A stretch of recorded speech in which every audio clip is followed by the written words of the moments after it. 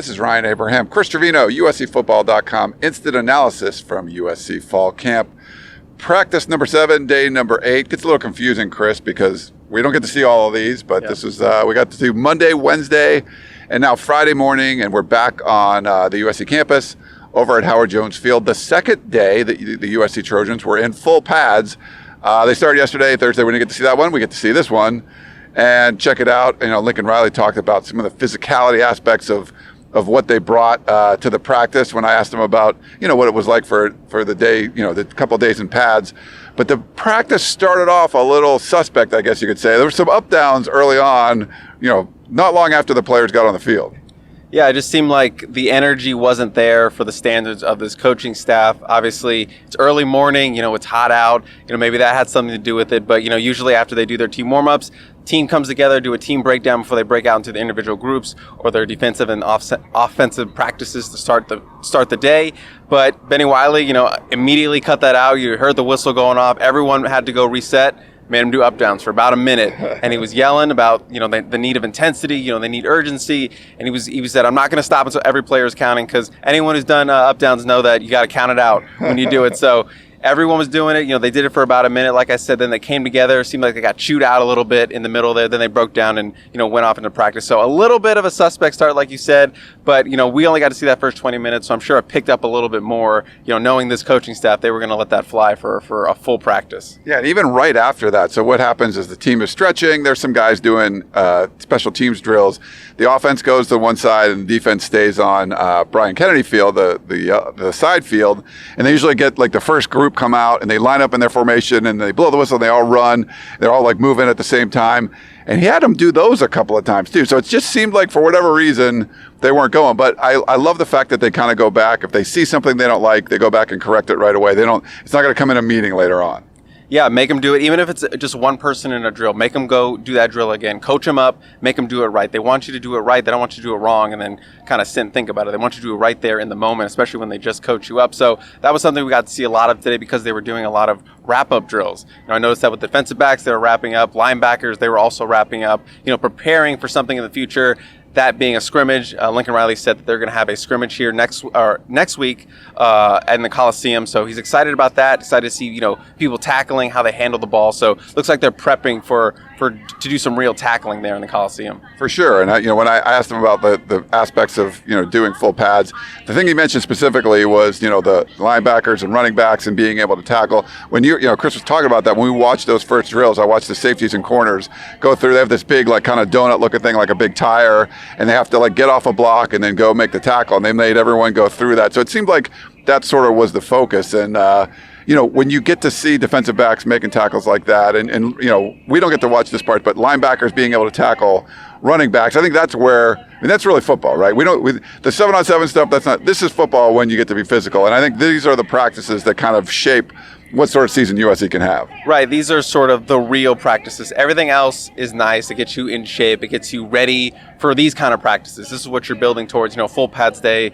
I feel like every coach would tell you that full pads is their favorite day of practice. That's when you can really get down to the nitty gritty and learn some stuff and get things cleaned up, especially tackling. And as we know, Ryan, this team was not very good at tackling last season. I'm sure they watched a bit of the tape and they were like, okay, just flush it. Let's start all over. So they just kind of been rebuilding this team as a tackling team. And I know USC fans are excited to see week 1 how this team comes out in tackles, because that's going to be a big identifier for this defense in terms of their turnaround, being able to tackle and wrap up and be clean with it.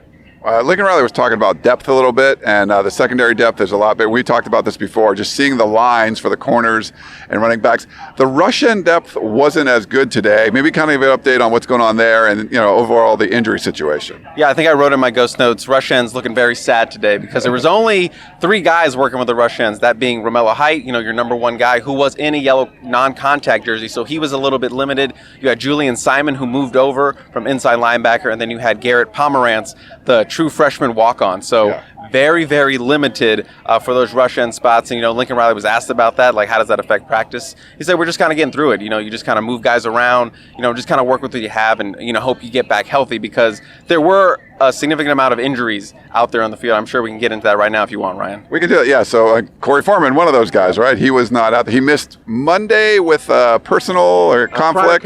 Prior commitment is what it was deemed at, and then he wasn't there on Wednesday. So obviously that sparked a whole bunch of people worrying and chicken littles and everything's the world's falling. But he was out there today, came out. He was not dressed, though. He was in his jersey, a bucket hat, sneakers, which tells me it's an injury now. And Lincoln Riley was asked about that. Yeah, he's dealing with something physical, and they expect him to be out for the next couple days before they get him back. But it's good to see him out here, though. That's kind of a big step for him. But I know people have such high expectations for him.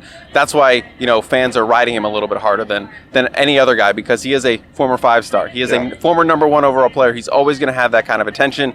But he was out here today, and Lincoln said they expect him back in a couple days. Yeah, it was sad to see early on in practice. I was doing a little filming.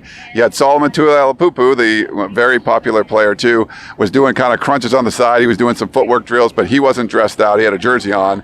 And then Corey Foreman, the same thing. So to see those guys over there, Michael Jackson was another player that wasn't out there wearing number 9 now. I had to remember because he switched from 13 because of Caleb Williams. Those guys are out. Anyone else that stands out to you that wasn't out there today? Yeah, the other big one would be, Shane Lee. Shane Lee, he did not practice on Monday, but then we saw him back on Wednesday. Not really sure if he practiced on Thursday because obviously that was a closed practice, but he wasn't out there again today. I mean, he was out there. He just wasn't dressed out. He was in the jersey, doing rehab and those kind of things. Then the other big one, new addition, new face to Rehab Island, was Solomon Byrd. Another reason why the rush ends were a little bit down today. He's a guy who's playing defensive end and rush end, but he had a big old knee brace on his left. Didn't come out in his jersey, came out in kind of street clothes, athletic wear. And I noticed him, doing some stretching on the sideline during the teamwork stuff. So he's a guy, we got to keep an eye on because he's a guy he's expected to possibly start and probably get into this rotation given his experience of getting to the quarterback.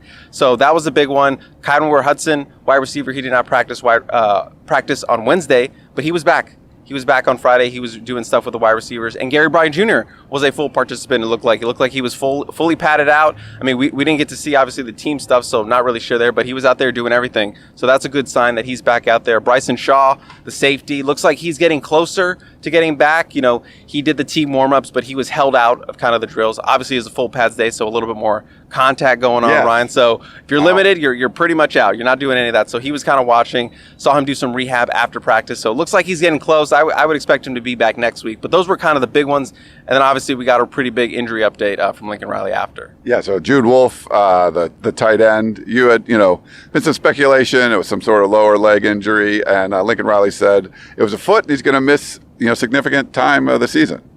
Yeah, I mean, we saw him on Wednesday or Monday. One of those days we saw him Monday in that boot. That's never a good thing. The boot injuries have been killing USC. Specifically in the spring, there were some guys who were booted up. But today, he came out of the tunnel in one of those motor scooters, which isn't a great sign. That tells me that they really don't want you walking around on that foot. You're not close at all. And it usually kind of signals possible surgery coming. We mostly see those guys on the scooters when they've had surgery. And Lincoln Riley confirmed, he is going to have a procedure done, I assume in the next couple of days, and he's going to miss kind of the first half of the season. And that's a big blow. I mean, Jude was a guy who handled most of the first team reps at that H-back spot in spring. He had a really good spring along with Malcolm Epps. They were obviously the two healthiest tight ends out there. Like McCree was down with a knee injury. And tight end is not particularly deep, Ryan, and so it is a big blow. He was a guy who has experience, not a ton of experience, but he has experience, and he kind of had that perfect match for that H-back role as a guy who can block and go out as a wide receiver.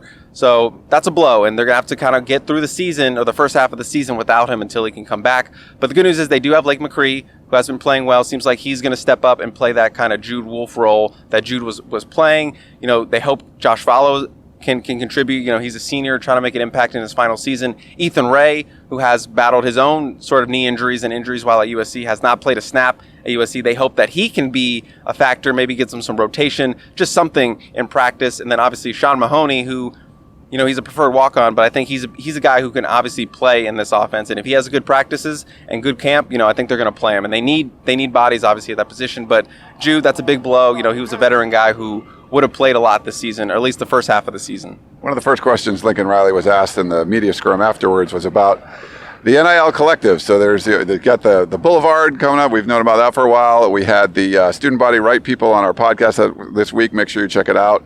Are they competing, whatever? And the message from USC has been sort of like adversarial, I guess you could say. And Lincoln Riley was sort of, it's like, yeah, there's room for everybody to play in this space, but he's, has his full trust in Boulevard. So seems like he was taking a more like political, measured approach to talking about it. Absolutely, just kind of right down the middle. Like everyone could donate, everyone could be. So just kind of, we're excited about the fact that he said he's excited about the fact, that donors are so eager to kind of help out and, get involved in NIL, but they just want everything to be, above board, compliance, all that kind of thing, all those buzzwords. So I wasn't surprised by his statement, just kind of keeping it right down the middle and kind of giving that kind of a reaction to Student Body Right, the new collective out there. No, I think it was smart. Anything wrapping up, any last thoughts of anything Lincoln Riley had to say or anything you have watched from practice?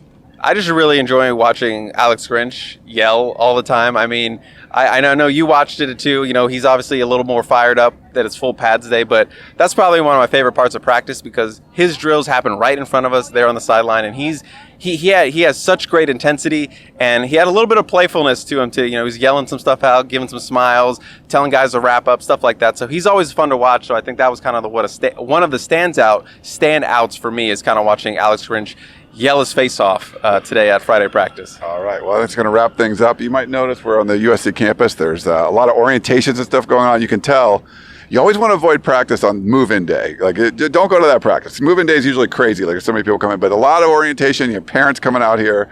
It's kind of buzzing around the USC campus. We haven't seen for this summer. Yeah, I mean, it's slowly starting to come back to life, and I'm sure it's going to be popping on Saturdays when we're here on campus, so I'm excited to get back here. Can I add one more note in? Of course, yeah. Yeah, Aussie punter, Aiden Sheep Dalton. I saw him today rocking the number 42 jersey. He's the guy the Aussie punter that USC added. I think we talked about him last time on our last incident analysis, but I saw him today. Confirmed sighting. He exists. Of Aussie punter. He exists. Rocking number 42. Was not in full pads. Still has to get acclimated, but he was out with a specialist. So USC's got a punter now. All right. An additional punter. Perfect way to wrap things up. That's Chris Trevino. I'm Ryan Abraham. Make sure you check out uscfootball.com for more.